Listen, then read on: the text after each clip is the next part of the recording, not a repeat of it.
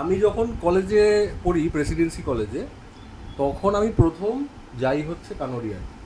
তখন তোমরা কানোরিয়ার ওখানে মানে ফুলেশ্বরের ওখানটাতে থাকতে। তো আমার যেটা প্রথম যেটা জিজ্ঞাসা করা, যে আমি যখন প্রথম কানোরিয়ার ওখানে যাচ্ছি, তখন তোমরা সকলে মিলে উদ্যোগ নিয়ে একটা শ্রমিক হসপিটাল করছিল।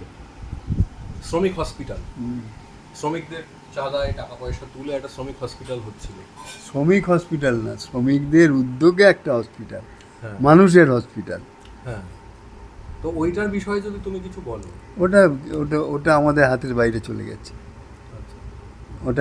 ওটা যা উদ্দেশ্যে করা হয়েছিল সব ব্যর্থ হয়ে গেছে, আমাদের হাতের বাইরে চলে গেছে। একটু আমি বলি, হ্যাঁ, ওইখানেতে ওই পেরিফেরির মধ্যে ফুলেশ্বর উলুবেড়িয়ার মধ্যে একটি সরকারি হাসপাতাল ছিল, উলুবেড়িয়া সরকারি হাসপাতাল। কিন্তু ওই সারাউন্ডিংয়ে ৮০-৮৫টা গ্রাম যেখানে আমাদের শ্রমিকরা থাকতো, ৪,০০০ শ্রমিক কানোরিয়াতে। এখানে আন্দোলনের কাজেতে যুক্ত হয়েছিল শুভাশিস মিত্র বলে একজন ডাক্তারবাবু।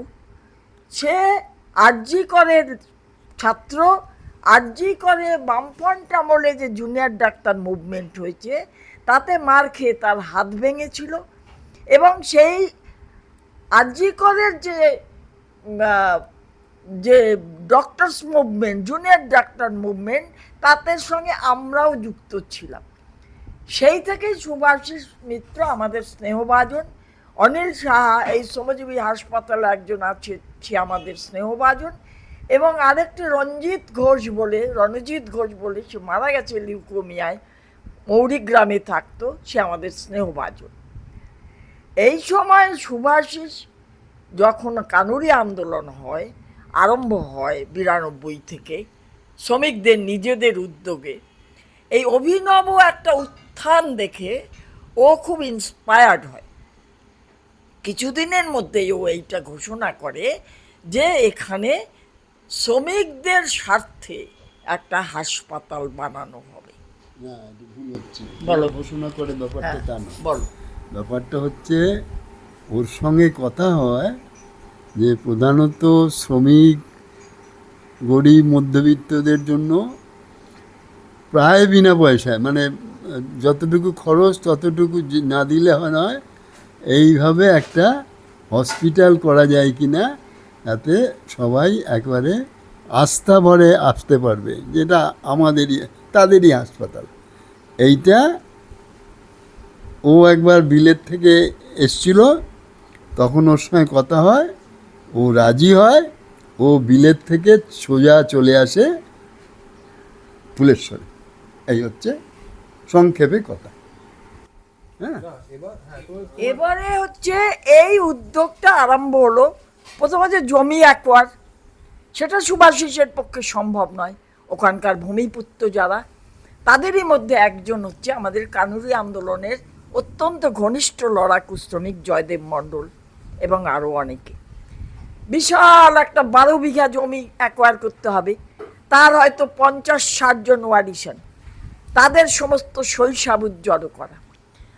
হাই টেনশন লাইন ছিল, সেইটাকে রিমুভ করতে হবে, এবং ওইখানে পাইলিং হবে, পিলার তলায়, মাটির তলায় পিলার হবে। এই সমস্ত কাজের তত্ত্বাবধান শুরু করলো শ্রমিক এবং শ্রমিক পরিবারের ছেলে মেয়েরা। বুঝতে পেরেছ? এইটা করতে করতে সমস্ত ওয়ারিশানের কাছ থেকে শৈশাবুত জোগাড় করে কাজটা শুরু করতে করতে তখন গাড়ি করে শুভাশিস মিত্র, ডালিয়া মিত্ররা আসতো চলে যেত, কলকাতায় থাকতো না, বিলেত থেকে চলে এলেও। এবারে একটা কথা যেটা হয়, আমিও সংক্ষেপে জাম্প করে করে যাব, না হলে অনেক হিস্ট্রি, অনেক বিশাল হিস্ট্রি। যে হচ্ছে আমরা যারা সহযোগী বন্ধু হিসেবে বাইরেকার যারা ছিলাম এই লড়াইয়ের সঙ্গে, মানে যারা শ্রমিক নয়, অশ্রমিক যারা, তারা মেয়েরা, আমরা গ্রামে গ্রামে মিটিং মিছিল করেছি। এখানে নামই ছিল শ্রমিক এবং সহযোগী। কথাটা বোঝা গেল কি? শ্রমিক এবং সহযোগী, মানে শ্রমিকের সহযোগী।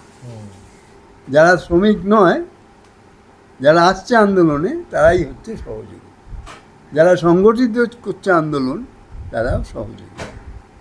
বুঝলি? কানুরিয়া আন্দোলনের এটা একটা কানুরিয়া আন্দোলনের আমি ছিলাম প্রধান উপদেষ্টা। প্রধান উপদেষ্টা, কথাটা বুঝতে পেরেছ? হ্যাঁ, কানুরিয়া আন্দোলনের সবচেয়ে বড় বিশেষত্ব হচ্ছে যে কানুরিয়া আন্দোলনের ওই 4,000 শ্রমিকের ওখানে 5টা এক্সিস্টিং ইউনিয়ন ছিল। ওই 4,000 শ্রমিকের ইউনিয়নে কোনো পোর্টফোলিওতে বাইরে থেকে আমরা যারা আন্দোলনের সঙ্গে যুক্ত হয়েছি তারা নয়। President, secretary, treasurer, executive committee সিদ্ধান্ত গ্রহণের জন্য তারা আমাদের যতটুকু সাহায্য চাইতো, মিল গেটে মিটিং হতো, আমরা সহযোগিতা। আন্দোলনের ধাপ হিসেবে আমাদের উপদেষ্টা, প্রধান উপদেষ্টা হিসেবে উনি একটা প্রস্তাব রাখলেন যে যদি ওরা তালা বন্ধ করেছে মালিক, কিন্তু তালা খুলবে ওরা, কাজেই আমরা ভেতরে ক্যান্টিনে চালাবো রান্নাঘর, আর গোটা 87 গ্রামে রান্নাঘর চালু করতে হবে, একজন শ্রমিকও যাতে না খেয়ে মরে। এবং এরই রেলিভেন্সি হচ্ছে একজন শ্রমিক পরিবারের মানুষও যাতে বিনা চিকিৎসায় মৃত্যু না হয়, তাই ওই হাসপাতাল। না, এইটাতে আমি শিলাদি এই জন্য আসলাম যে যখন আমরা সবে ছাত্র আন্দোলনে পার্টিসিপেট করছি প্রেসিডেন্সিতে ভর্তি হয়ে, তখন তো যখন মে দিবস হতো, তখন অন্যান্য যে সংগ্রামী বামপন্থী যে ট্রেড ইউনিয়নগুলো ছিল, তারা যেখানে যেখানে মে দিবস পালন করতো সেখানগুলোতে আমরা গেছি। তার মধ্যে কানোরিয়াও একটা, সেটার মধ্যে ভারত ব্যাটারিও একটা, সেখানে এই দিকের যে পাটকলগুলো রয়েছে বালি থেকে ব্যান্ডেল, সেখানেও গেছি। কিন্তু আমার প্রথম সেকেন্ড ইয়ার বা থার্ড ইয়ারেতে আমি যখন প্রথম কানোরিয়া যাই, তখন আমার কাছে এটা একটা ইউনিক ব্যাপার ছিল যে শ্রমিকরা চাঁদা তুলে নিজেদের পয়সায় নিজেরা এই শ্রম দিয়ে একটা হসপিটাল গড়ার চেষ্টা করছে। তো এইটা আমার তোমায় যেটা জিজ্ঞাসা বা প্রফুল্লদাকেও জিজ্ঞাসা, যে শ্রমিকরা ট্রেড ইউনিয়ন করছে, এটা আমরা দীর্ঘদিন ধরে দেখেছি। তারা অর্থনৈতিক দাবি দাওয়া নিয়ে আন্দোলন করছে, সেখান থেকে কখনো কখনো রাজনৈতিক আন্দোলনের দিকেও গেছে। কিন্তু শ্রমিকরা যে এই হসপিটাল গড়ার একটা চেষ্টা নিল, বা তোমাদের নেতৃত্বে যখন হসপিটালটা তৈরি হচ্ছে, এই ব্যাপারটা কেন কেন তোমরা ভাবলে যে শ্রমিকরা হসপিটাল করবে? তুমি বলবে কিছু এই ব্যাপারটা কেন ভাবলে? আমি এটা ধরে বলো। আমি সংক্ষেপে বলছি। আমাদের ওখানে চেষ্টাই ছিল এইটা যে শ্রমিক স্বার্থ সম্বলিত যাবতীয় বিষয় যাতে শ্রমিকরা নিজেরাই করে, এমনকি তারা তো চিকিৎসক নয়, হাসপাতাল করতে পারবে না, কিন্তু শ্রমিকদের সমর্থক, আন্দোলনের সমর্থক এমন ভালো সংখ্যক ডাক্তার আছে, খুঁজে পেতে তাদেরকে জোগাড় করতে হবে, তাদের সাহায্যে হাসপাতাল একটা গড়ে তুলতে হবে। এই ছিল কথা। এবং সেটাতে সত্যি কথা বলতে কি, শুভাশিসের অবদান হচ্ছে অতুলনীয়। একটা সময় ওই হাসপাতাল করার জন্য শুভাশিসের যে ভূমিকা ছিল, শুভাশিসকে আমি সবসময় জড়িয়ে ধরতাম, কিন্তু তারপরে ওর ভূমিকা, দেখো ওটা বলবো না, ওটা ঠিক আছে। আর ওই হাসপাতাল আর ঠিক সাধারণ মানুষের হাসপাতাল বলতে যা বোঝায় তা আর রইল না একটা সময় এসে। সেসব ইতিহাস যাওয়ার দরকার নেই। ওই আন্দোলনের পৃষ্ঠভূমিতে ওই হাসপাতালটা গড়ে উঠেছিল, এইটুকুই জেনে রাখুন। এটা আমরা না, এইটুকুন জানলে তোর হবে না। এইটুকুন জানলে কি করে হবে? শোনো, এই হাসপাতাল যে যুদ্ধ হলো, জমি অ্যাকোয়ার করে ইট গাঁথা শুরু হচ্ছে, ওইখানে শ্রমিক পরিবারের 70-80টা ছেলে মেয়ে, তারা ইট বয়েছে, তারা ওখানে কাল্টিভেশন করেছে, টমেটো, বেগুন, আলু, ঝিঙে, পটল, তারা নিজেরা ওখানে রান্না করে খেয়েছে। অত বড় বিল্ডিং উঠে যাচ্ছে, তার কোনো সিকিউরিটি নেই, শ্রমিক পরিবারের ছেলেমেয়েরা রাত পাহারা দিচ্ছে, তারা জল বইছে।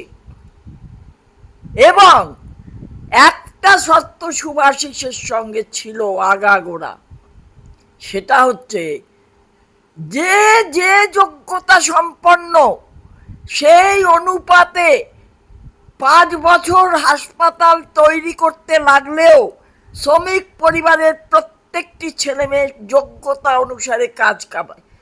কে সুইপারের কাজ করবে লেখাপড়া না জানলে, কেউ কিচেনে কাজ করবে, কেউ ল্যাবরেটরি প্যাথোলজিতে কাজ করবে, কেউ ব্লাড ব্যাংকে কাজ করবে, কেউ মেডিসিন স্টোরে কাজ করবে। বহু higher secondary, graduation, HS pass ছেলে মেয়ে হিন্দু মুসলিম মিলিয়ে ছিল, এবং তাদের ডিভোশন কল্পনাতীত। তারা যেভাবে 5 বছর, ধরো 17 বছরে আরম্ভ করেছে, 5 বছর বাদে তার বয়স 22 বছর হলো, তখন যদি সে শোনে যে সে কোনো চাকরি পাবে না, এবং আস্তে আস্তে প্রফুল্লতা এবার হয়ে গেছে, তুমি সরে পড়ো, তুমি থাকা মানে এখানে ইউনিয়ন হবে, সেটা আর হবে না। তাহলে এইটুকুন কাহিনীর সঙ্গে না বললে, শুভাশিসকে আমি বুকে জড়িয়ে ধরি। শুভাশিস বিরাট একটা রোল প্লে করেছে। এই রোল প্লে তো ইতিহাসে অনেকে করে, কিন্তু তারপরের ফলো আপ রোলটাকেও বলতে হবে বই কি। আমার মতে আমাদের শ্রমিক পরিবারের ছেলেমেয়েরা ডিপ্রাইভড হয়েছে, তারা প্যাথোলজিতে ট্রেনিং নিয়েছে, তারা নার্সিংয়ের কোর্স করেছে, কিন্তু তাদের বাছা বাছা বাছা বাছা পছন্দসই খুব বাধ্য হয়ে থাকতে পারবে এই রকম ছেলে মেয়েদের একটা টিমকে খালি ঢোকানো হয়েছে। আমি কি ক্লিয়ার করতে পারলাম? এটাও শুভাশিস, ওটাও শুভাশিস, আর এটাও শুভাশিস। শুভাশিসের এই যে ভূমিকা চেঞ্জ, আমি একটা কবিতা লিখেছিলাম, ওকে পাঠিয়েছিলাম, খোলা চিঠি বলে। খোলা চিঠি আমার কবিতার গ্রন্থেতে তা সংকলিত আছে। শোনো তবে পণ্ডিত প্রবর, তোমাকে এ ক্রান্তিকালে অনুকম্পা ছাড়া আর কি আছে দেবার। তখন অবেলা মুঠো মুঠো ভরসা ভালোবাসা মাখা পর্ণ কুড়ে কুড়ে লজ্জরে হোক, দাওয়ায় ছিল না কোনো কানামাছি খেলা। দেবদারু দার্ঢ্যতায় দৃঢ় হাত রেখেছি তোমার হাতে, দুয়ে দুয়ে 4 আরো বেশি ইচ্ছে, যা পঙ্কিল দীর্ণ যাব সব সরাতে সরাতে। প্রত্যয় তোমারও ছিল, যাদের জীবন নিত্য ক্লেদ আর কুয়াশায় ঢাকা, দাঁড়াবে ঘোরাবে তারা সময়ের স্তব্ধতার চাকা। সহসা খরদ্বীপ্রহর এলো, ক্ষমতার ঝড় দম্ভের দৈরথে, তুমি সম্পদ সাজাও স্তূপ স্তূপ, বাগানে বেড়ায় বাড়ে আগাছা স্তাবক, স্তব্ধ দেখে বসম্বদ যারা, কাব্য বা জিরাফে দিব্যি অম্লান নিশ্চুপ। ঝনঝন ভাঙে স্বপ্ন আশা, মুছে যায় তোমার অমল কান্তি মুখ। প্রেত পুরী অলিন্দ খিলানে, অচেনা অচেনা তুমি, মদমত্ত তুমি যেন জগৎ বিমুখ। আত্মবিস্মৃত হলে হিসাবেও ফাঁক থাকে পণ্ডিত প্রবর, ভুলে গেছো দায়ে বোধ বড় নিষ্ঠুর, মাটি ছুঁয়ে বসে থাকে কোনো কোনো বেয়ারা নাছোড়। শুদ্রীর ও বটের চারা দেখেছো কি তুমি, বদান্যতা উপঢৌকণ্ঠ পেয়ে বট চারা স্বপ্ন বেচে না। পাথরে পাথরে রুক্ষ শিকড় চালায়, ঝড়ের দাপটে কিংবা ক্ষমতায় মত্ত সুনামিতে। না না, তুমি ভুলে গেছো দৃঢ়মূল বট বৃক্ষ কখনো মরে না। তাই বলি পণ্ডিত প্রবর, তোমাকে এ ক্রান্তিকালে অনুকম্পা ছাড়া আর কি আছে দেবার।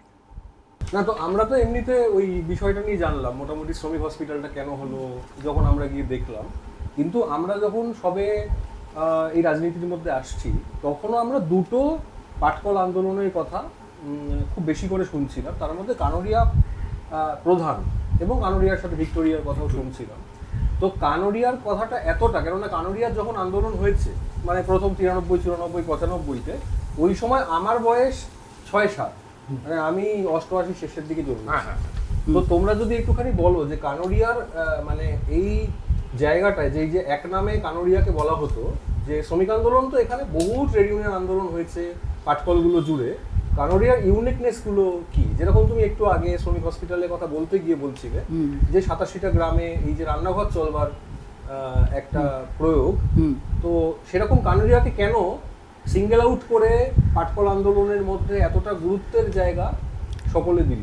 আমি আমার মতন করে প্রথমে বলবো, চঞ্চল আছে, প্রফুল্ল আছে, ওরা কমপ্লিমেন্ট করবে।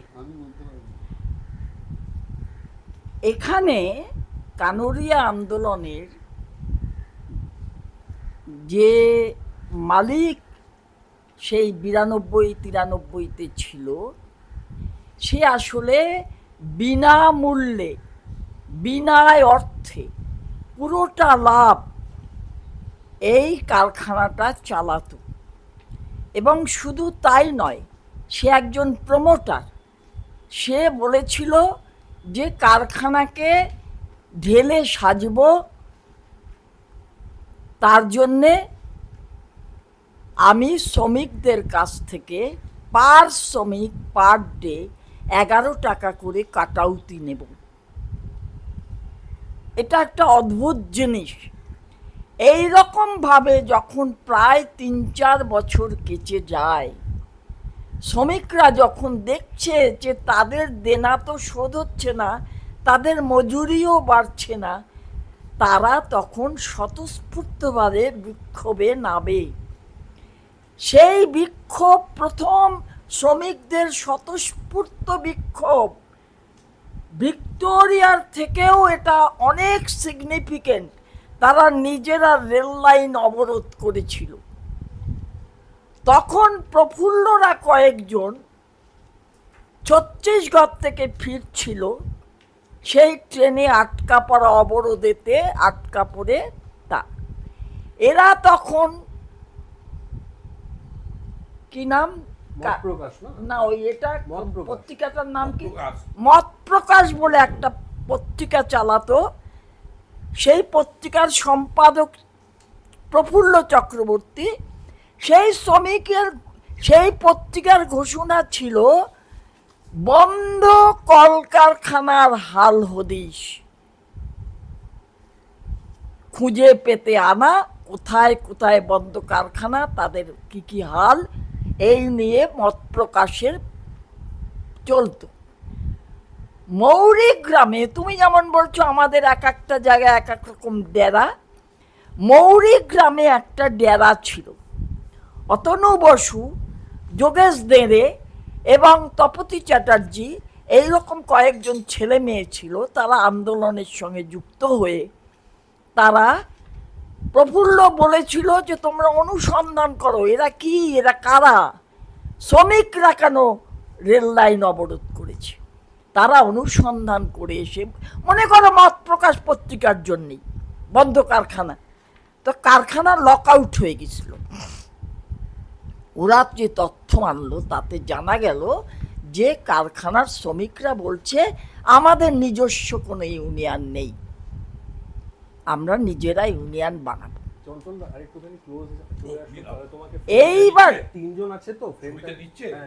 এইবারে হচ্ছে এই যে হলো, তখন তারও বেশ কিছুদিন পরে প্রফুল্লদের যাতায়াত শুরু হলো। চঞ্চল তো আরও পরে, চঞ্চল তখনও এই ডামাডোলের ভেতরে ঢোকেনি। প্রথমে ওরা অনুসন্ধান করতে ওইগুলো আনছে, তখন প্রফুল্ল গিয়ে ওয়ার্কারদের কাছ থেকে একটা বলল যে তোমাদের তো 5টা ইউনিয়ন আছে, 6 নম্বর ইউনিয়নটা কেন করতে চাইছো? শ্রমিকরা সমস্বরে জানালো এর একটাও আমাদের ইউনিয়ন নয়, সবগুলো মালিকের ইউনিয়ন। আমাদের ইউনিয়ন আমরা বানাবো। তখন উনি একটা সাজেশন দেয় নিরপেক্ষভাবে। আমরা যে খুবই এখানে ইউনিয়ন করতে লোলুপ, আমরা বেঁচে যাব, বর্তে যাব, আর একটা আমাদের জায়গা হবে, তা নয়। বললো এতে কিন্তু অনেক হিম্মত লাগবে। এইখানে কারখানার গেটে দাঁড়িয়ে দাঁড়িয়ে 80% ওয়ার্কারের সই সিগনেচার সংগ্রহ করতে হবে। পিটিয়ে মাথা ফাটিয়ে দেবে, পায়ের হাঁটু ভেঙে দেবে, রড দিয়ে পিটিয়ে হাসপাতালে যাবে, ব্যান্ডেজ করে আসবে, আবার এসে সই সংগ্রহ করতে হবে। তবেই বুঝবো যে তোমরা নিজেদের ইউনিয়ন চাও। কে পিটিয়ে দেবে? অন্য ইউনিয়নের লোকেরা, আইএনটিইউসি, এআইটিইউসি, ইউটিইউসি, আর কি কি আছে বল না।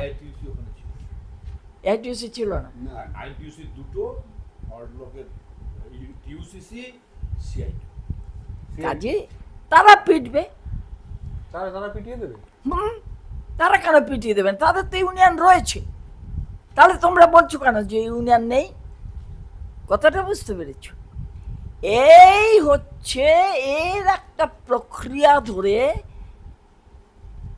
ইউনিয়ন তৈরি হওয়া, তার বডি তৈরি হওয়া, কমিটি তৈরি হওয়া, এবং সেই হচ্ছে ওয়ার্কারদের সমস্ত পোর্টফোলিও, আর বাইরের লোকেদের হচ্ছে সহযোগী। এই যে যাত্রা শুরু হলো, তখন তো কারখানা বন্ধ। তারপরে একটু আগেই তোমাকে ওই কথাটা বললাম যে প্রথম আমাদের কাজ হবে ক্যান্টিন যেটা ভেতরে, সেই ক্যান্টিনটা চালু করা। কারণ ওখানে যারা সিকিউরিটি গার্ড থেকে যারা থাকবে তারা কি খাবে যদি কারখানা বন্ধ থাকে? আর শ্রমিকরা 87টা গ্রামে মেয়েরা উদ্যোগ নিল, মানে সব উদ্যোগ না, নিশ্চিতভাবেই যৌথ উদ্যোগ, যে আমরা রান্না করব, আপনারা শুধু বাজারের সবজিওয়ালারা আনাজ দিয়ে দিচ্ছে। মুর্শিদাবাদ থেকে বস্তা বস্তা চাল আসছে, পলাশী থেকে ডাল আসছে, বুঝতে পেরেছ? এবং কলকাতার বিভিন্ন প্রান্ত থেকে টাকা আসছে। এইভাবে হচ্ছে রান্নাঘর চালু হলো। তুমি বললে না যে কারা মারবে? যখন কেউ থাকতো না সহযোগীরা, তখন তাদের ধাওয়া করেছে, তাদের অনেক ওয়ার্কারকে পিটিয়েওছে। তোরা খাইয়ে পাইয়ে দিবি, আরো নানা কথা বলেছে। কিন্তু অনমনীয় শ্রমিকরা। আর এই কারখানার আরেকটা বিশেষত্ব তোমাকে বলে নি, ওরাও বলবে, এইখানে বাইরেকার কোনো শ্রমিক নেই, সব ওই সারাউন্ডিং ভূমিপুত্র যারা, বাইরের কিচ্ছু সাউথ ইন্ডিয়ান অল্প সংখ্যক কিছু তারা ছিলেন ওই কোয়ার্টারে, এবং বিহারি। কোয়ার্টারগুলোর অবস্থা যদি দেখতে তাহলেও বুঝতে পারতে। যাই হোক, সেখানে থাকতো তারা। কিন্তু কানোরিয়া কারখানার গেট সংলগ্ন সিংপাড়া এবং নারকেলতলা, এই দুখানি গ্রাম ছিল তাদের একদম চাবুক দুখানা গ্রাম। সেখানে গ্রামবাসীর মহিলা, পুরুষ, বাচ্চা, তাদেরকে। এই হচ্ছে ইউনিয়নটি গড়ে ওঠার, মানে আমি একটা থোক কথা বললাম। এবার তুমি নিশ্চিতভাবেই প্রফুল্লদার থেকে আরেকটু শুনতে পারো, চঞ্চলের থেকে আরেকটু বুঝতে পারো। প্রফুল্লদা একটু বলবে? আমরা ছোটবেলা থেকে এটাই শুনলাম যে কানোরিয়া একটা অত্যন্ত ইউনিক আন্দোলন হয়েছিল। তাতে খুব ইম্পর্টেন্টলি এটাও শুনেছিলাম যে এই যে গ্রামে গঞ্জে যৌথ রান্নাঘর তৈরি হলো, তো কানোরিয়া বা ভিক্টোরিয়াটা অত শোনা যায়নি, কিন্তু অনেক জায়গাতেই তো ট্রেড ইউনিয়ন মুভমেন্ট হয়েছে, শ্রমিকরাও আন্দোলন করেছে।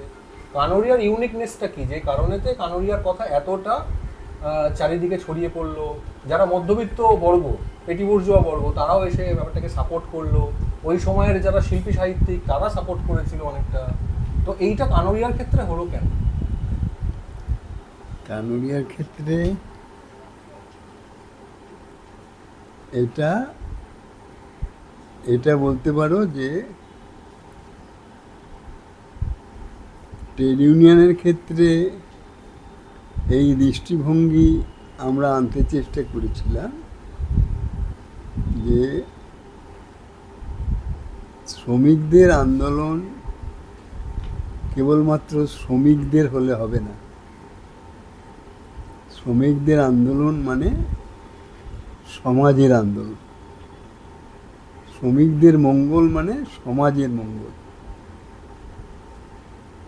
শ্রমিকদের সঙ্গে সমাজের আর যত রকমের মেহনতি মানুষ আছে,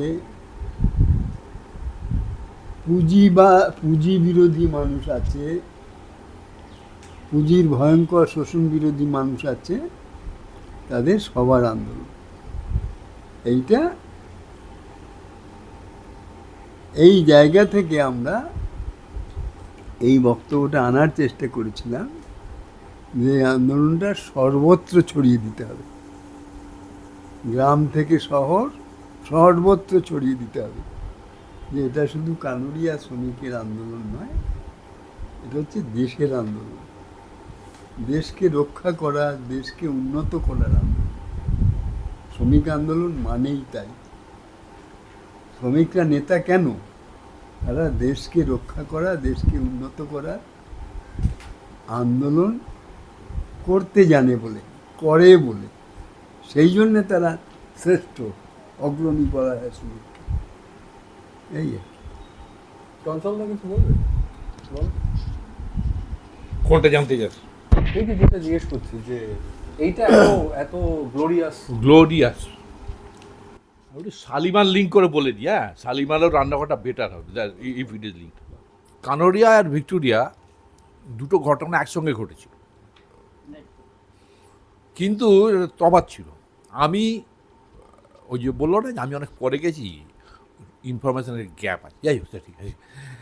আমি ভিক্টোরিয়াতেও গেছি দেখতে, আমি কানোরিয়া দেখি। ভিক্টোরিয়ার মুভমেন্টটা শ্রমিক আন্দোলন ছিল, ভিক্টোরিয়ার মুভমেন্টটা পলিটিক্যাল মুভমেন্ট ছিল। ওখানে একটা মদ বিক্রি করা ছেলেকে পুলিশ মার্ডার করেছে, লালজি পাসওয়ানকে। সেই মার্ডার কেসটা মানে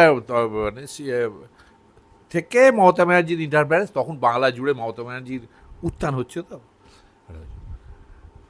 আর এইটা কানোরিয়াটা ওই রকম কেস না, একদম শ্রমিকদের বিক্ষোভ থেকে কারখানা বন্ধ হয়েছে। জুট মিলগুলোকে অনেকদিন ধরেই ভালোভাবে চালাচ্ছে না বা চালাতে পারছে না, তার জন্য অন্য পরিকল্পনা দরকার, সেটা কোনোদিন করেনি, এরা লুটের জায়গা করেছিল। সেই তার পরিপ্রেক্ষিতে কানোরিয়াতে এটা হয়। কানোরিয়াতে এটা হয় যে শ্রমিকরা অবশ্যই ইউনিয়নের লিডারদের সহযোগিতা নিয়েছে।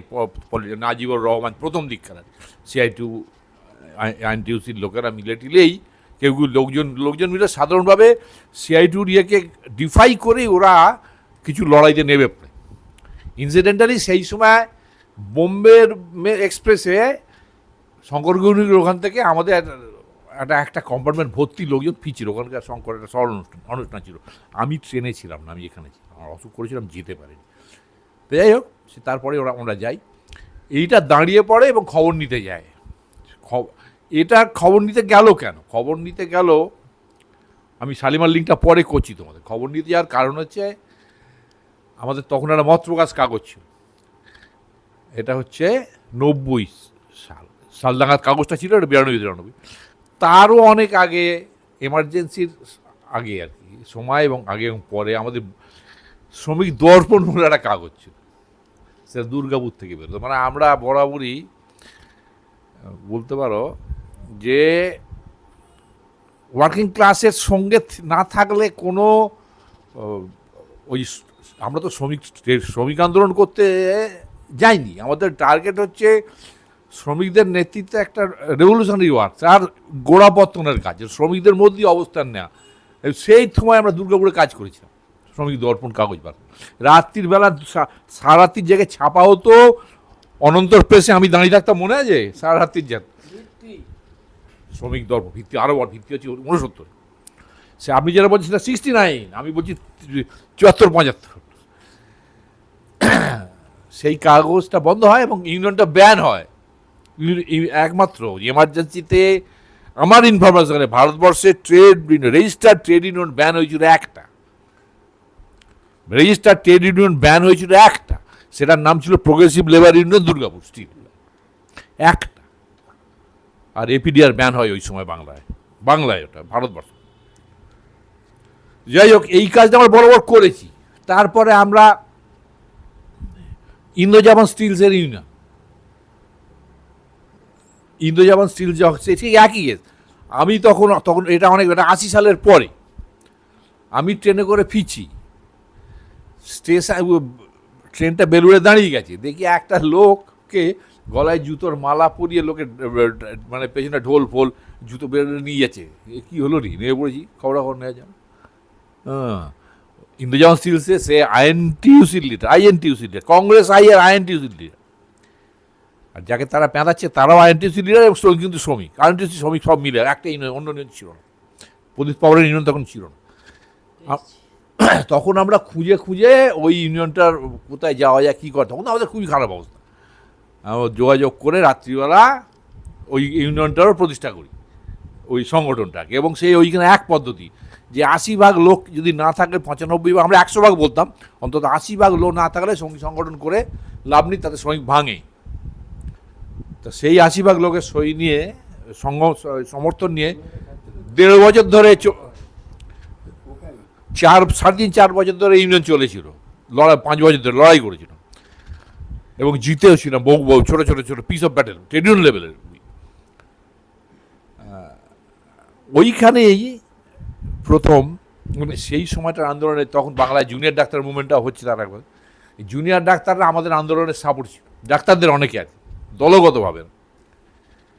সেইখানে আমরা এই কোশ্চেনগুলো তুলি এবং দুটো সাকসেসফুল হই। আমি শালিমারটা একটু পরে বল। সেটা হচ্ছে শ্রমিকরা যখন আন্দোলন করছে, কোথা থেকে টাকা আসবে, আমাদের তো আর ফান্ডার নেই, আমরা লোকালি ঘুরে ঘুরে টাকা তুলতাম, লোকের বাড়ি একদম কড়া নেড়ে বেল দিয়ে এই হচ্ছে।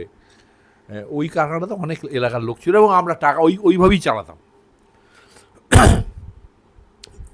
এইবার যখন এবং ওই আন্দোলন চলাকালীন আমরা কিছু মেডিকেল ফেসিলিটি চালু করতে পেরেছিলাম, ডাক্তাররা করেছিল আর কি। এই যে শ্রমিকদের মুভমেন্টে পিপলস ইনভলভমেন্ট আর পিপলস ডিস্ট্রেসে শ্রমিকদের ইনভলভমেন্ট, এইটা করার জন্য আমরা ইউনিয়ন থেকে ওখানে একটা কোঅপারেটিভ স্টোর তৈরি করা হয়েছিল, কোঅপারেটিভ কনজিউমার স্টোর আর কোঅপারেটিভ একটা ক্রেডিট সোসাইটি। অদ্ভুত একটা ডিবেট হয়েছিল, তোমরা জানো না, এটা জানে। সেটা হচ্ছে কোঅপারেটিভ স্টোরটা কী হলো, স্টোর মানে যেখানে আলু চাল ফাল বিক্রি হবে আলাদা। আমরা বললাম ওটা সবার জন্য, প্রত্যেকের জন্য, কিন্তু দাম একটু কম বাজারের চেয়ে, কারণ এটা কমিশনার অন্য শ্রমিকদের মধ্যেই দাবি কথাগুলো, অন্য লোক নেবে কেন। তখন এই ডিবেট করে জিততে হয়েছিল। আমরা যা কয়েক বছর ধরে লোকের থেকে 1 টাকা 2 টাকা করে চাঁদা নিয়ে আমাদের যে মুভমেন্টটা চালিয়েছি, তখন তো মনে হয়নি তাহলে লোকের সঙ্গে মিলেমিশে না থাকলে তো হবে না। এবং এটা মোটামুটি উইন ওভার হয়েছিল, পাবলিককে একই রেটে মাল দেওয়া হতো। ঠিক তারপরে ওই মেডিকেল সার্ভিসটা হতো শ্রমিকদের ওখানে, ক্যাম্প সার্ভিস, সেইটাকে আমরা একটা ইনস্টিটিউশন দেওয়ার কথা ভাবলাম, যে তাহলে এবার একটা ডাক্তারখানা চালু, আউটডোর, প্রথমে মাইনর কিছু কাজ, ইনডোর নয়, সে ভাড়া করা জায়গায় প্রথমে হতো। ওইখানে ওই বালিতেই ওটা সার্কেল পাড়ার ওই জায়গাটার নামটা এখন আছে, ওখানে চালু হয়েছিল। তারপরে ওই কোয়ার্টারে গেল। এই আইডিয়াটা তৈরি করতে করতে আমরা শ্রমিকদের একটা ইনস্টিটিউট, খুব ছোট, খুব টেম্পোরারি স্ট্রাকচারে ডাক্তাররা আসতো। তোকে নাম বলে দিচ্ছি, রণজিৎ সরকার যে ব্লাড ক্যান্সারে মারা গেল, অনিল সাহা এখন যে শ্রমজীবিতে আছে, প্রদীপ মিত্র এখন রিটায়ার করে গেল, আরও সব অনেক লোকজন আসতো, অনেক। এই যে শ্রমিকরা লোকের সাহায্য নেবে, আর শ্রমিকদের লোককেও শ্রমিকদের সাহায্য করতে হবে পাশাপাশি। ওখানে সবাই চিকিৎসা পাবে, শুধু শ্রমিক নয়, ওর এলাকার লোক। এইটাই অ্যাকচুয়ালি ছত্তিশগড়ের যে শহীদ হসপিটালের আগে কিন্তু আমরা এটা করেছি, এবং ওই আইডিয়াটা এখান থেকে আমরাই নিয়ে গেছি, এটা বলে রাখবে। এখান থেকেই আইডিয়াটা ওখানে গেছে, কিন্তু ওদের আইডিয়া ভেতরে ছিল কেন জানো, কিন্তু অ্যাপ্লিকেশানটা এখান থেকেই গেছে, এটা বলে দিলাম। এবার শালিমারের কোশ্চেনে আছি। 67, 66, 67, 68, 69, 70, 71 আর হয়তো নষ্ট হয়ে গেছে, 71 ছিল। শালিমারে আমাদের রান্নাঘর ছিল, কানুরিয়াতে যেমন ছড়ানো রান্নাঘর, শালিমারে আমাদের কোয়ার্টারের সামনে রান্নাঘর ছিল। কারখানা বন্ধ, তার লোকে ওয়ার্কাররা খাবে কি ওইখানেই খাবে, ওই খাবার ব্যবস্থা নেই। কোয়ার্টারে যে শ্রমিকরা থাকে, যে দূরে থাকে সে আসবে না, সে যদি আসে খেতে বসবে, 4 আনা পয়সা, 1 টাকা, এরকম বিভিন্ন রকম দাম। দেখুন বাইরের লোকের জন্য একটু অকাল পর লোকে টাকা দিত, রান্নাঘর চলতো। রান্নাঘরে মাংস ভাত খাওয়ানো যে 600-700 লোককে এক দিন, মানে রেগুলার চলতো রান্নাঘর, কোত্থেকে চলতো লোকের থেকে। তাহলে আমাদের একটা আইডিয়া ছিল যে সাপোর্ট না থাকলে, খাবার সাপোর্ট না থাকলে লোকের তো অন্য কাজে বেরিয়ে যাবে, কাজ করবি কি? 1, 2 হচ্ছে যে আমাদের লড়াইটা সারা জীবনের অঙ্গ। নিঃশ্বাস যখন নিতে পারছি, তার মানে খাওয়ার ব্যবস্থা নিয়েও লড়াই। নিঃশ্বাস বন্ধ করে লড়াই করি না তো, নিঃশ্বাসটা চালু রেখে করি তো, তাহলে খাওয়াটাও চালু রেখেই করতে হবে, ওটাও তো বেঁচে থাকার কারণ। এটা লড়াইয়ের অঙ্গ হিসেবে আমরা দেখি, বরাবরই দেখতে। তখন আমরা এইটুকু 7-8 পড়ি, 7-8 পড়ি, যখন শালিমারের আমরা দেখছি আর কি প্যান্দাবেরি হচ্ছে, তখন তো ছেলেরা ওরকম করতো। শালিমারে এরকম কন্ডিশন ছিল তখন, মার্ক্সবাদী কমিউনিস্ট পার্টির সঙ্গে আমি তো আগে অত পার্টি বোধটাই যেমন হয়, স্কুলে পড়ি যেতাম, পার্টির মিছিল হবে বা সিটুর মিছিল হবে, লোক আসবে, কীরকম কোটা হতো তো তখন আমরা খবর পেতাম। আমি তো যেতাম না, আমি ওটার জায়গা না।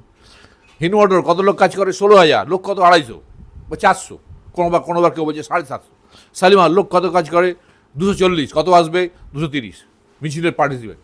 মানে এইরকম ইনভলভমেন্ট ছিল শ্রমিকদের, এইরকম ইনভলভমেন্ট ছিল। এলাকার মস্তানি শেষ, যত রকম রং বাজায় শ্রমিকদের সবসময় ফ্যাক্টরির চারপাশে যত রকম কাজ। আমরা চেষ্টা করছিলাম মদ বিরোধীটা কাজ শুরু করতে, মার্জিনাল খুব বেশি করা যায়নি, চেষ্টা হয়েছিল, এবং নিজেদের লোকের অনেকে ছেড়ে দিয়েছিল। সমস্ত কিছু লোকাল সোশ্যাল রিফর্ম শ্রমিক ইউনিয়ন করবে, তবে তো শ্রমিকরা লোকের কাছে আস্থা অর্জন করবে এবং শিখবে, শিখতেও তো হবে কীভাবে কী করতে হয়।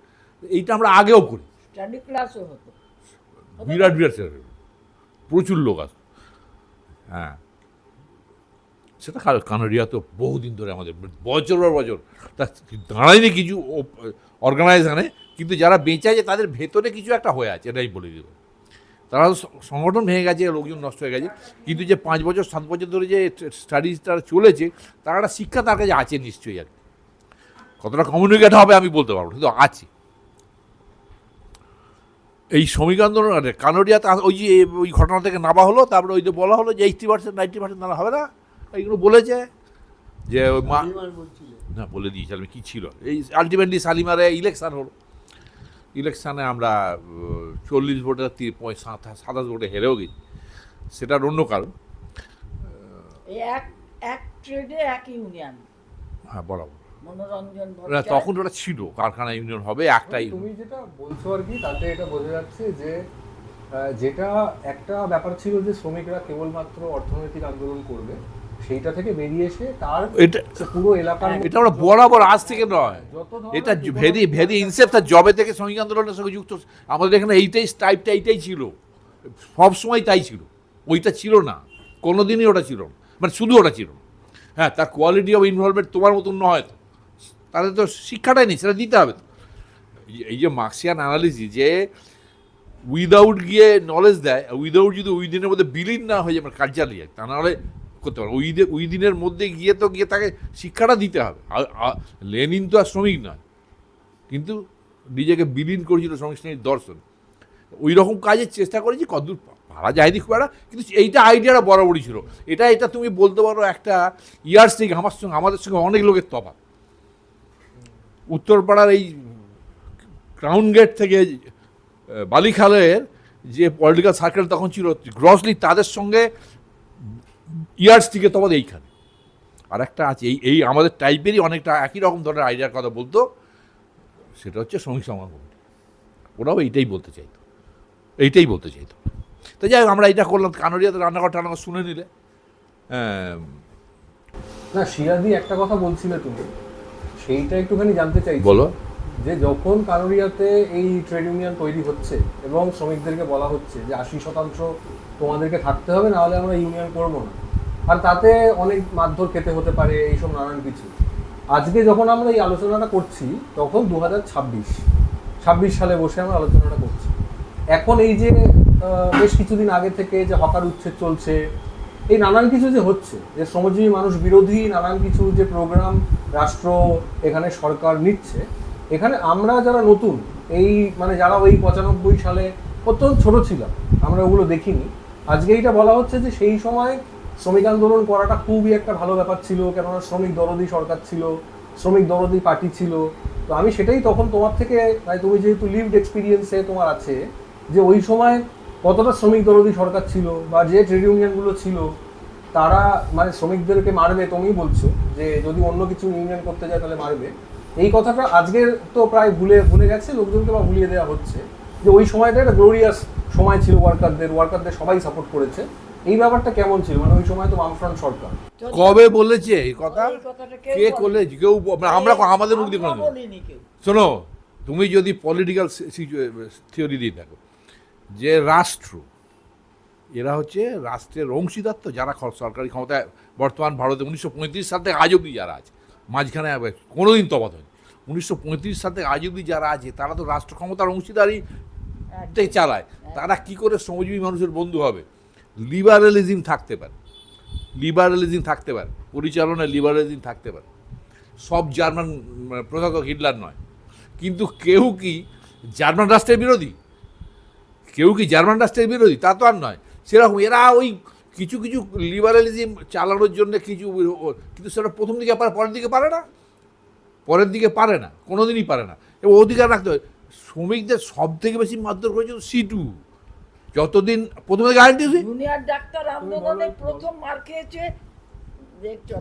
জুনিয়র ডাক্তারে যেটা বললাম, যে আমরা যে ওই জুনিয়র ডাক্তারগুলো পেয়েছিলাম স্বাস্থ্যকেন্দ্র গড়ে তোলার জন্যে, সুভাষী মিত্র থেকে শুরু করে অনিল সাহা, রণজিৎ ঘোষ থেকে আরম্ভ করে আরও বহু ডাক্তারকে, এমনকি এখন যে জুনিয়র ডাক্তার মুভমেন্টের একটা মুখ পুণ্যব্রত গুণ,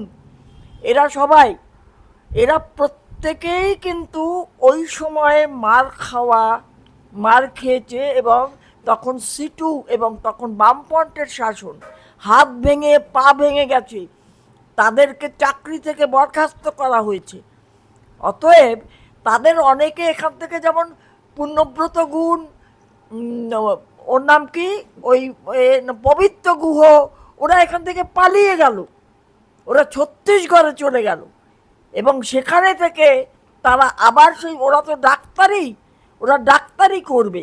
কিন্তু তখনও শহীদ হাসপাতাল তৈরি হয়নি। শঙ্কর গুহনেগির নেতৃত্বে একটা প্রক্রিয়া তখন হচ্ছে, যে নিজেরাই নিজেদের সব কিছু গড়ে তুলব। ওদের যেমন একটা স্লোগান ছিল, মূল স্লোগান, আমি জাম্প করে গেলাম একটু, চঞ্চল বাকিটা মেকআপ করবে, যে ওখানের ছত্তিশগড়ের আন্দোলনের সঙ্গেও যে আমাদের কানেকশান, এখানে যে কজন বসে আছি আরও যারা আছে, 77 সাল থেকে যখন 13 জন একসঙ্গে শহীদ হয়েছিল, তার সঙ্গে 12 বছরের একটি বালক সুদামা এবং একজন নারী সহ, সেই লাশ আটকে রেখে ওরা ওইখানে অবস্থান করেছে। ওইখানে ওদের একটা স্লোগান, সংঘর্ষ और निर्माण, संघर्ष के लिए निर्माण, निर्माण के लिए संघर्ष। अपना जंगल पहुंचानो বলে নিজেরা খেতি করছে, বাগান করছে, সমস্ত নিজেরা নিজেদের বাসস্থান, রাস্তা তৈরি করছে, তারপরে সরকারের কাছে ফেলছে যে অর্থ দাও। এইভাবে ওইখানে শহীদ হাসপাতালের একটা আইডিয়া গড়ে ওঠে, এবং সেখানে সারা ভারতবর্ষের মানুষ, সারা ভারতবর্ষের ওই যে চঞ্চল বলছে যে যারা লিবারাল, যারা মানুষের জন্য কিছু করবার অনুপ্রেরণা আছে, সেটা কিন্তু তার ব্যবস্থার পরিবর্তনের জন্য নয়, মানে এই ব্যবস্থায় থেকেই কিছু ভালো কিছু পাবার জন্যে সেইখান থেকে শহীদ হাসপাতাল ওখানে তৈরি হয়েছিল।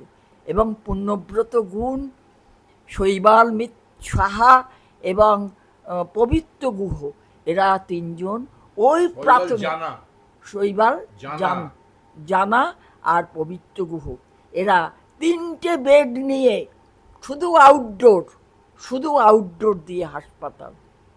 তারপরে তো জানো সব কিছু, সেটা ইতিহাস হয়ে আছে। সে বিশাল হাসপাতাল হয়েছে। নিয়োগীজি মারাও গেছেন 92 সালে, এবং নিয়োগীজির স্ত্রীও এসেছিলেন এখানে সংহতি জানাতে। নিয়োগীজি নয়, নিয়োগীজি অলরেডি মারা গেছেন তখন 92 সালের 28। হ্যাঁ, সে তো অনেকবার এসেছে, সেটা তো আলাদা কথা। আমি আন্দোলনের পরিপ্রেক্ষিতে বলছি। তো এইটা হচ্ছে যে বিষয়, যে অনুপ্রেরণাই বলো আর সংহতির প্রচেষ্টাই বলো, শ্রমিকদের মধ্যে থেকে লড়াকু মানুষ গড়ে উঠুক না, সমাজ পরিবর্তনের জন্যে তারা তাদের ভূমিকা রাখুক, এইটাই ছিল আসল উদ্দেশ্য। আমাদের এই প্র্যাকটিস, আর এই যে প্র্যাকটিসের কথা বললাম না, যে এইটা আমরা বরাবরই ওই শ্রমিকদের কাজে প্রতিষ্ঠা করা। এবং আর একটা জিনিস বলে রাখি, এই স্কুল কলেজ থেকে ছেলেরা গ্রামে যাবে, এটা আমরা কোনোদিন ভাবতাম না, গিয়ে দাঁড়াতে পারবে না। স্কুল কলেজ থেকে যেতে পারে, তবে আসলে এটা পলিটিক্যাল কোশ্চেনে, যে শ্রমজীবী লোকেরাই গ্রামে কৃষকদের গিয়ে সংগঠিত করবে, আর আমাদের ছেলেদের যাতে যাবে তাদের ডি ক্লাস হতে যেতে হতে পারে, এর বাইরে নয়। আর এটাই এরকম একটা ধারণা ছিল, শ্রমিকদেরই করতে হবে কাজ, শ্রমজীবীদের শুধু অন্য ডি ক্লাসে থেকে। তো যাই হোক, এই আমরা বরাবরই শ্রমিকদের এইগুলো ওই রান্নাঘরটা শালিমারে করেছি 69 সাল, তারপরে লাস্ট করেছি ওইখানে। এইটা একটু জিনিস বলো, যে আমরা তো এইটা অনেক পত্রপত্রিকা তো দেখেছি, পড়েছি, যে পশ্চিমবঙ্গে একটা জঙ্গি ট্রেড ইউনিয়ন আন্দোলন, শ্রমিকদের মধ্যে আন্দোলন দীর্ঘ সময় ধরে ছিল, স্বাধীনতার আগের সময় থেকেও ছিল। যেটা হলো সেটা হচ্ছে যে শেষ 15-20 বছর, যেটা ধরো দিল্লির এনসিআরতে যে আন্দোলন হচ্ছে, মারুতিতে, হন্ডায়, ডাইকিনে যে আন্দোলন হচ্ছে, বা এই কিছুদিন আগেও পানিপথ থেকে আন্দোলনটা শুরু হয়েছিল, আইএসএল এর আন্দোলন, এবং সেটা নয়ডায় যখন পৌঁছালো, সেখানে প্রায় মানে শ্রমিকদেরকে আন্দোলন থেকে বিচ্যুত করবার জন্য প্রায় 900 শ্রমিককে গ্রেপ্তার করতে হয়েছে। কিন্তু এখানে এত ট্রেড ইউনিয়ন, এত ঐতিহাসিকভাবে শ্রমিকদের আন্দোলনের একটা ভূমি থাকবার পরে পশ্চিমবঙ্গে প্রায় লাস্ট 15-20 বছরে আমরা তেমন কোনো শ্রমিক আন্দোলন দেখতে পাচ্ছি না, যা নিয়ে লোকেরা একটা পরিমাণে উৎসাহী হতে পারে। তো এইটা আবার নতুন করে হতে পারে কি না, বা এখানে কেন হচ্ছে না, এইটা নিয়ে যদি তোমাদের। আমাদের এখন ডিসিসিভ কিছু হয়নি, তবে এটা পশ্চিম ভারতে, বলা যায় পশ্চিম উত্তর ভারতে, বোম্বেতেও এই শ্রমিক আন্দোলনের লড়াইটা হচ্ছে, কিন্তু পূর্ব ভারতে কোথাও হচ্ছে না। কোনো জায়গাতে, একটা জায়গাতে সংগঠিত লড়াই নেই। আমার যদি পার্সোনাল এক্সপিরিয়েন্স কথা বলি, বামপন্থী আন্দোলনটা যেখানে হয়ে গেছে, সেখানে আর কিছু করা যাচ্ছে না কোনো জায়গাতে, কারণ তারা এমন জায়গাতে ঘষিয়ে দিয়েছে, মানে সব ধারগুলোকে একদম প্লেন করে দিয়েছে, যেখানে যেখানে তথাকথিত এই বামপন্থাকে আমি বলি যে মানে কি বলবো, ইম্পিরিয়ালিস্টদের ফান্ডেড প্রোপাগেটেড বামপন্থা, যারা শাসক শ্রেণীর রাষ্ট্র ক্ষমতার লড়াইটা করে না, দিনের পর দিন বামপন্থার নামে খালি মাইনে বাড়ানো কমানো, 1, 2 হচ্ছে পরের দিকে সেটাও করে না, সেটা করে খালি লিডার্স ইউনিয়ন, শ্রমিকদের ওয়ার্কার্স ইউনিয়ন নয়, লিডার্স ইউনিয়ন। 5টা ওরা যা বলবে তাই করে, তাই সেটাই চুক্তি করে আসে, চুক্তি জেনে যায় না, চুক্তি বলে যায় না কি করা উচিত কি করা উচিত নয়। এটা হতে পারে লড়াই করে 8 আনা একটা বেনিফিট হলো, একটা মিনিমাম বেনিফিট হলো 1000 লোকের ইনভলভমেন্টে, আর তার বদলা কোনো লড়াই করলো না, 5 টাকা লিটার এনে আদায় করে দিল, ওইটা ওয়েলকামিং নয় আমাদের এখন শ্রমিকদের গঠন করাকে, একদমই নয়। কিন্তু এখানে সেইটাই হয়েছে, সেই যে এক্সপিরিয়েন্স সেটা সর্বনাশ হয়ে গেছে। 2 নম্বরে যে এখানকার শ্রমিকদের সংখ্যা কমছে, তো যেখানকার যে সংগঠিত কারখানা কোথায়, সব নষ্ট হয়ে গেছে। তো হুগলি জেলাতে তুমি বালিখাল থেকে ধরো, বালিখালে বালি মিল 12-14 হাজার লোক কাজ করতো পার্মানেন্ট, এখন 1,000 লোক পার্মানেন্ট নেই, কোয়ার্টারগুলো ফাঁকা, তো লোক আসে যায়, আর বাঙালি নেই। এখান থেকে সোজা হুগলি জেলার নাম করা শ্রমিক ক্ষেত্র কী ছিল? বালি, শালিমার, হিরমডর, রিজে জেকে ফেকে হ্যান ত্যান করতে করতে চলে গেল কোথায়? Tribeni tissue, Bandel, Dunlop, Brilliant সমস্ত শ্রমিকদের যারা পলিটিক্যাল ওয়ার্কার জন্ম দিয়েছে। একটা জায়গা তো নেই, কিচ্ছু নেই। তো সংগঠিত ক্ষেত্র একটাও আছে, কিচ্ছু নেই। আর বেশিরভাগ জায়গাতে বাঙালি শ্রমিকরা প্রায় নেই, লোকাল শ্রমিক হতেই গেছে। বাইরের থেকে শ্রমিকরা এসেছিল, তারা বাড়ি চলে গেছে, অন্য কাজ করে, বা শ্রমিকরা আছে থাকলেও।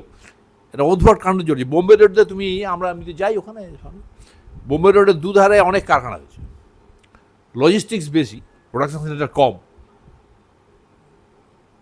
অফিস কাছারি, অফিস ওয়ার্কগুলোতে কিছু বাঙালি আছে, তলায় বাঙালি নেই, ওরা নেয় না। ঝাড়খণ্ড থেকে থেকে শ্রমিকদের নিয়ে আসে, তারা ওইখানে থাকে, তাদের কোনো কালচারটাই তৈরি হয় না। অথচ এই ঝাড়খণ্ডের ছেলেগুলো ঝাড়খণ্ডে লড়াই, যখন বাংলায় আসে তখন কারখানা ম্যানেজমেন্টের লোক, এটা উদ্ভট কন্ডিশন তৈরি হয়েছে। এই লড়াইটা পশ্চিমবঙ্গে করাই যাচ্ছে। তুমি দুটো কারণ বলছো আর কি। এক হচ্ছে যে এখানকার সংসদীয় বামেরা যে জঙ্গি আন্দোলনের যে ট্রেডিশন ছিল সেটাকে নষ্ট করেছে, আর হচ্ছে গিয়ে এখানে শ্রমিকের সংখ্যা দিন দিন কমিয়ে দেওয়া হয়েছে, এবং বাংলায় বাঙালি শ্রমিক নেই, বরঞ্চ কমছে, ভিন রাজ্যের শ্রমিকদেরকে নিয়ে আসা হচ্ছে। এখানকার লোকদের কাজ দিচ্ছে না, এরা দেখতে পাচ্ছেন, বহু জায়গাতে দেখতে পাচ্ছেন। এই দুটো কারণের মধ্যে আর একটা কথা বলে রাখি, আমি জঙ্গি ট্রেড ইউনিয়নের ওই টার্মটা আমার কাছে খুব একটা ভালো লাগে, আমরা খুব একটা পছন্দ করি না। ট্রেড ইউনিয়নের যা দরকার সেটাই করবে, সেটাকে জঙ্গি নাম দেয় ওরা, আমরা কেন নাম দেবো? আমি জঙ্গি নাম দেবো না, জঙ্গি নাম দেয় ওরা আমাদের জঙ্গি বলে, আমি জঙ্গি বলবো না। আমি তো বলবো জঙ্গি, আমার দৈনিক উৎপাদনের মূল্য থেকে যদি 10 টাকা নিয়ে নিচ্ছিস ভাই বলে আদর করে, সেটা জঙ্গি হলো না। আর আমি যে বলে কেন কাটছিস, ওটা জঙ্গি হলো। ওই জঙ্গি ফঙ্গি আমি বিশ্বাস করি, ওরা বলে it is the name given by the ruling class. আমরা জঙ্গি আন্দোলন করি না, আমরা রিজনেবল আন্দোলন করি।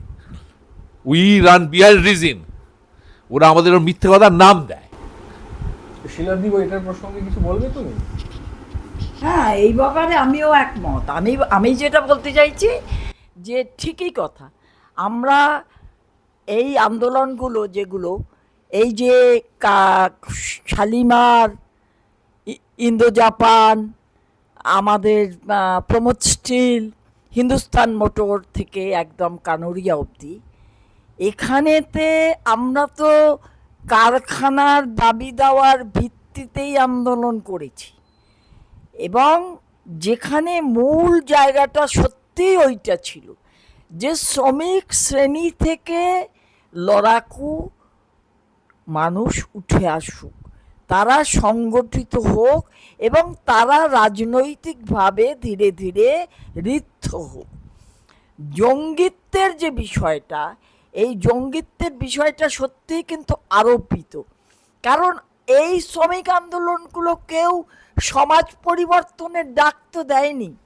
কানোরিয়া তো একটা বৃহত্তর ডাক দিয়েছিল কোঅপারেটিভের, সেটাকে চুরমার করেছে বামফ্রন্ট সরকার, সেটাকে কোঅপারেটিভের রেজিস্ট্রেশন দেয়নি, আটকে দিয়েছে ফেলিওর। ডক্টর কুরিয়ান, গুজরাটের কুরিয়ান কানোরিয়া আন্দোলনকে আশ্বাস দিয়েছিল কানোরিয়ার শ্রমিকদের যে আপনাদের যে পসিবিলিটি এখানে, আপনাদের যে মেশিনারি এবং আপনাদের যে ম্যান পাওয়ার, তাতে এখানে কোঅপারেটিভ স্বচ্ছন্দে হবে। কোঅপারেটিভের সমস্ত প্রসিডিওর স্টার্ট করে রেজিস্ট্রেশনের জন্য যখন যেটা দরখাস্ত করা হয়, যেটা 15 দিনের মধ্যে পাওয়ার দরকার, সেটা 4 মাস আটকে রেখেছে বামফ্রন্ট সরকার। কুরিয়ান বলেছিলেন যে আমি আর 1 বছর কর্মস্থলে আছি, তার ভেতরে হলে হবে, না হলে হবে না। অতএব যে জঙ্গিত্বের প্রশ্নে তো তুমি জানতে চেয়েছো, আমরা এইটাই বলতে চেয়েছি বারবার প্রতি শ্রমিক আন্দোলনের, শ্রমিক আন্দোলন শ্রমিকদের স্বার্থ, এবং ওইখান থেকে আমরা যারা রাজনৈতিক কর্মী তাদেরকে একটা একটা পোরশন তারা উঠে আসবে, সমাজের অন্যান্য কাজের অংশীদার হবে। জঙ্গিত্বের দাবিদার সমাজ পরিবর্তনের কথা আমরা শ্রমিক আন্দোলন থেকে কখনো দিইনি। এইটুকুনি কথা। জঙ্গিত্বের দাবি ওটা ওদের এই প্রোগ্রাম বল, আর কি বলছি তো। না, আর যেটা বলছি সেটা হচ্ছে যে প্রশ্নটা এখানে হচ্ছে আর কি, ধরো 95-এর সময় যেহেতু আন্দোলনটা হচ্ছে বা ওই সময় জুড়ে যা যা কিছু আন্দোলনের কথা বলছো, সেখানে খুব একটা ডিস্টিংক্ট ডিভিশন রয়েছে, কেননা তখন বামফ্রন্ট সরকারে, তো ফলে বামফ্রন্ট নানান ধরনের নীতি নিয়েছে। তো কিন্তু এখন ধরো তোমরা যে কথাগুলো বললে, এটা আমাদের যারা শুনবে, যাদের দর্শকদের জন্য, অনেকে হয়তো কম বয়সী, তারা ওই সময়টাতে জন্মায়ওনি। ফলে এখন যেটা হচ্ছে যে সিপিএম গভর্নমেন্ট বা বামফ্রন্ট গভর্নমেন্ট আমাদের পশ্চিমবঙ্গ থেকে চলে গেছে, প্রায় 15 বছর হয়ে গেছে। আমরা যখন ছোট তখনও পশ্চিমবঙ্গে একটা সংগ্রামী বাম ধারার একটা অস্তিত্ব ছিল, তাদেরকে চেনা যেত, প্রমিনেন্টলি চেনা যেত, যে এই যে ট্রেড ইউনিয়ন আন্দোলনগুলো হচ্ছে বা অন্য যে আন্দোলনগুলো হচ্ছে, তাতে সংগ্রামী বাম ধারার মানুষেরা সেই আন্দোলনগুলোকে সংগঠিত করছে। আজকে এসে এই দুটো ধারা সম্পূর্ণ ব্লার হয়ে যাচ্ছে, প্রায় মিলে যাচ্ছে, যে যা সিপিএম তাই আসলে বামপন্থা। কিন্তু তোমরা তিনজন, ঠিক আছে, প্রায় জন্মাবধি, যবে থেকে তোমাদের রাজনৈতিক জ্ঞান হয়েছে তবে থেকেই এই সংগ্রামী ধারাটাকেই রিপ্রেজেন্ট করেছো। তো এইটাকে আজকের দিনে যে সম্পূর্ণ ব্লার হয়ে গেল 15 বছরের মধ্যে পশ্চিমবঙ্গে, এই ব্যাপারটাকে কিভাবে দেখছো, বা এইটা নতুন করে আবার ফিরতে পারে কিনা? কেননা না হলে তো এই পুরো জিনিসটা সিপিএম এর সাথে হয়, জিনিসটা মিলে যাচ্ছে, যারা নাকি দীর্ঘ সময় ধরে এখানে শ্রমিক আন্দোলনের তোমাদের কথা অনুযায়ী পিছনে ছুরি মেরেছে, অনেক সময় সেটাকে সাপ্রেস করেছে, নানান কিছু করেছে। তো এইটাকে তোমরা কিভাবে দেখছো, যে এই যে সংগ্রামী বাম ধারাটা আর সংসদীয় বাম ধারাটা, এটা প্রায় এক কাছাকাছি মিলে যাচ্ছে? শোনো, এইসব সাবজেক্ট হচ্ছে মোস্ট আপডেটেড পলিটিক্যাল সাবজেক্ট, বুঝতে হবে ব্যাপারটা।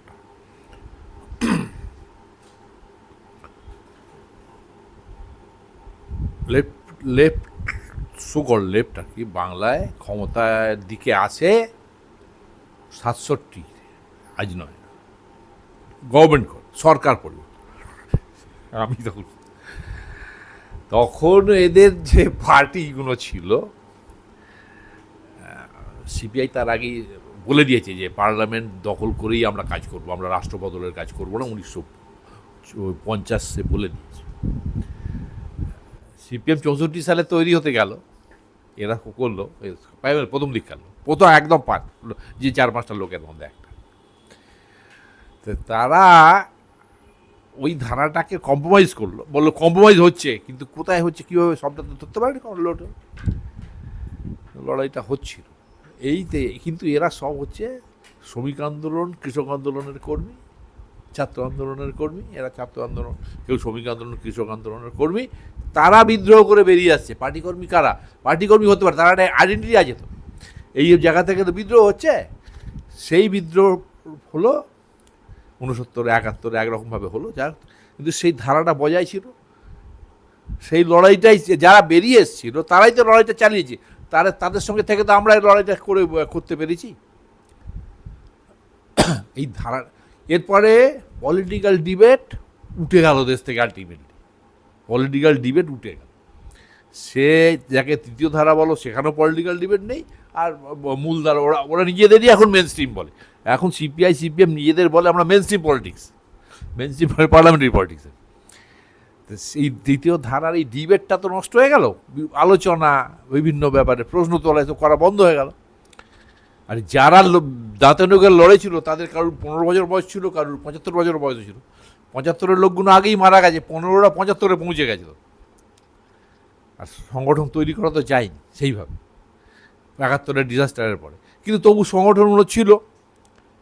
আর একটা বিরাট ফ্লো ছিল স্টুডেন্ট মুভমেন্ট থেকে, পলিটিক্সটা ধরতো সেখান থেকে, সেটা হয়নি, যার ফলে শ্রমিক আন্দোলনের কর্মীরাও আর এগিয়ে যেতে পারে। আমার তো যোগাযোগ বিচ্ছিন্ন, আমি কাকে নিয়ে কাজ করব? ইন্দো জাপান, কোনো যোগাযোগ নেই, সব নষ্ট হয়ে গেছে, ওরা তো কম্প্রোমাইজ করে নিয়েছে। এই হসপিটাল করে আজ তৃণমূল, কালকে এইসব করে বেড়াচ্ছে।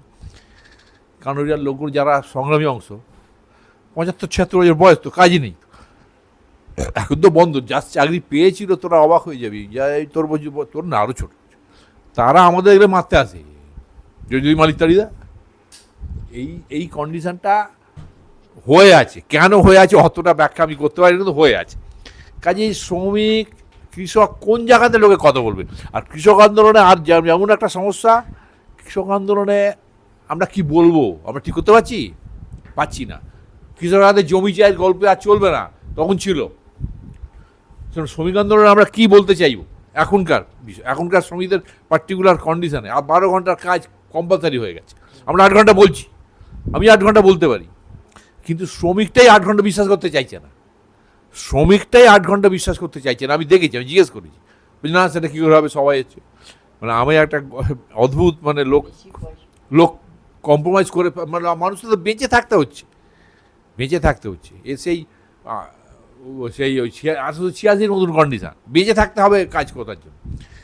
ইটালির শ্রমিকদের আমি একটা বই করেছি, সেখানে আছে আর কি, 13 lectures of Togliatti in Lenin school Moscow 1933, ওটা ওই বইটা আমি অনুবাদ করেছি। ওখানে একটা জায়গায় আছে, দেখবি একটা শ্রমিক এসে রাস্তার ধারে দাঁড়িয়ে আছে। এই ছেলেটা পার্টিরই ছেলে, তখন গোপন পার্টির ছেলে, কী দাঁড়িয়েছে না, বলো 8 লিরা জোগাড় করতে হবে রে। কেন? বললো ফ্যাসিস্ট ইউনিয়ন মেম্বারশিপ দিচ্ছে না। তুই ফ্যাসিস্ট ইউনিয়নে যাবি কেন? বললো ফ্যাসিস্ট ইউনিয়ন জান নেবে যাক, ওর মেম্বারশিপ না নিলে আমার চাকরিটাই থাকবে না। যে হচ্ছে বৈপ্লবিক আন্দোলনের কর্মীর সমর্থক, কিন্তু তার অবস্থানটা এমন হয়েছে, ফ্যাসিস্ট ইউনিয়নের 8 টাকা দামের মেম্বারশিপ না নিলে চাকরি থাকবে না। ফ্যাসিস্ট এখানে জিরে সারা বিশ্বে এই ফ্যাসিস্ট টাইপ উইন যেখানে যেখানে হয়েছে, তুমি দেখবে তার আগেই সোশ্যাল ডেমোক্রাটরা ক্ষমতা চলে গেল। ইটালি, জার্মানি, স্পেন, পর্তুগাল, সব জায়গাতে, সমস্ত জায়গাতে এই সোশ্যাল ডেমোক্রেটরা যখনই ক্ষমতায় গেছে, সবসময় যে রাষ্ট্র ক্ষমতা চালিয়েছে তা নয়, সোসাইটিতে ক্ষমতা পেয়েছে, ইউনিয়নে ক্ষমতা পেয়েছে, ইউনিভার্সিটিতে ক্ষমতা পেয়েছে, তারপরেই ব্যর্থতা হয়েছে সোশ্যাল ডেমোক্রেসির, তারপরেই ফ্যাসিস্টটা ক্ষমতায় গেছে সব জায়গাতে। এখানেও সেই কন্ডিশনই তৈরি হয়েছে। অর্থনীতির নিয়মটা বাদ দিলাম, আমি সোসাইটিটা বললাম, অর্থনীতির নিয়মটা আলাদা আছে। বলবে? আমি কিছু বলবো না, আমি একটা উদাহরণ আর বলছি আমার জীবনের অভিজ্ঞতা। এই যে সোশ্যাল ডেমোক্রেট বলছে, 67 সালের নভেম্বর মাসে নকশালবাড়ির আন্দোলনের স্টার্ট, 67 সালের জুলাই মাসে আমাদের বিয়ে হয়। প্রফুল্ল চক্রবর্তী তখন 25 বছর, আমার তখন 22 বছর। হ্যাঁ না, আমি বলছি এটা একটা উল্লেখযোগ্য ঘটনা বলছি। সোশ্যাল ডেমোক্রেটকে আমরা তো একটু আধটু স্টাডি ক্লাস তখন করতাম, ওই প্রমোদ সেনগুপ্ত থেকে আরম্ভ করে অনেকেই আমাদের সঙ্গে স্টাডি ক্লাস করতেন। তো আমাদের তখন প্রফুল্ল হুগলি ডিস্ট্রিক্টের শ্রীরামপুর সাব ডিভিশনের সর্বক্ষণের কর্মী ছিল। নকশালবাড়ির কোনো আন্দোলনে আমরা ঝাঁপাইনি, নর্থ বেঙ্গলেও যাইনি, কিন্তু নিরস্ত্র কৃষককে হত্যা জ্যোতি বসুর পুলিশ, তার নিন্দা করে আমরা মিছিল করেছিলাম এখানে, এবং ভাতৃঘাতী দাঙ্গা বিরোধী সভা করেছিলাম আমরা কয়েকজন। না বলছি এই কারণে যে আমাদের পিঠে একটা 67 নকশালবাড়ি ঘটনার সঙ্গে সঙ্গে একটা ছাপ্পা পড়ে।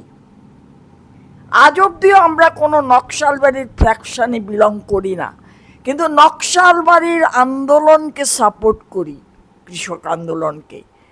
তাতে করে শ্রীরামপুর অফিস থেকে আমাদের জুলাই মাসে বিয়ে হয়েছে। এত অমানবিক তারাই ফ্যাসিস্ট আমার মনে হয়েছিল।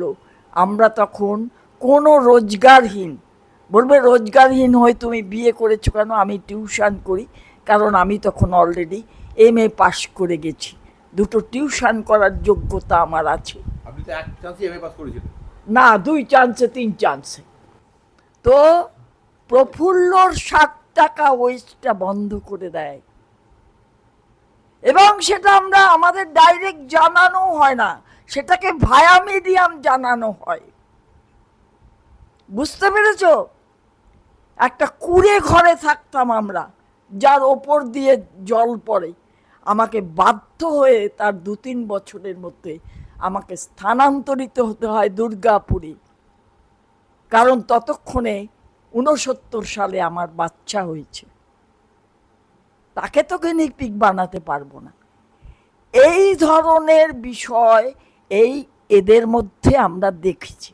কাজেই সোশ্যাল ডেমোক্র্যাট বললেও এদের সম্মান করা হয়। আমরা আমাদের জীবন দিয়ে উপলব্ধি করেছি যে, জানো, এইখানকার একজন বিখ্যাত বিধায়ক ছিলেন, এই উত্তরপাড়া কনস্টিটিউয়েন্সিতে বিধায়ক ছিলেন। তিনি একজন তারই অনুগত সাগরেদকে বলেছিল যে এই বালি খাল দিয়ে একটা মেয়ে যায়, দেখবে রোগা কালো মতন, ওকে হেনস্থা করতে হবে। আমি তো তখন মাত্র 22 বছর, আমারও তো কখনো যৌবন ছিল। যাকে বলেছে সে আমাদের নালিশ করেছে যে এর চেয়ে শক্ত কাজ দিন, পারবো, এটা করতে পারবো না, কারণ ওনাকে শ্রদ্ধা করি। কাজেই এদের আমরা চিনেছি। বাম তুমি কাদের বলে? আমি এদেশের বামদের বাম দেখিনি কোনোদিন। আমি বোধহয় একটু এক্সট্রিম বলে ফেললাম।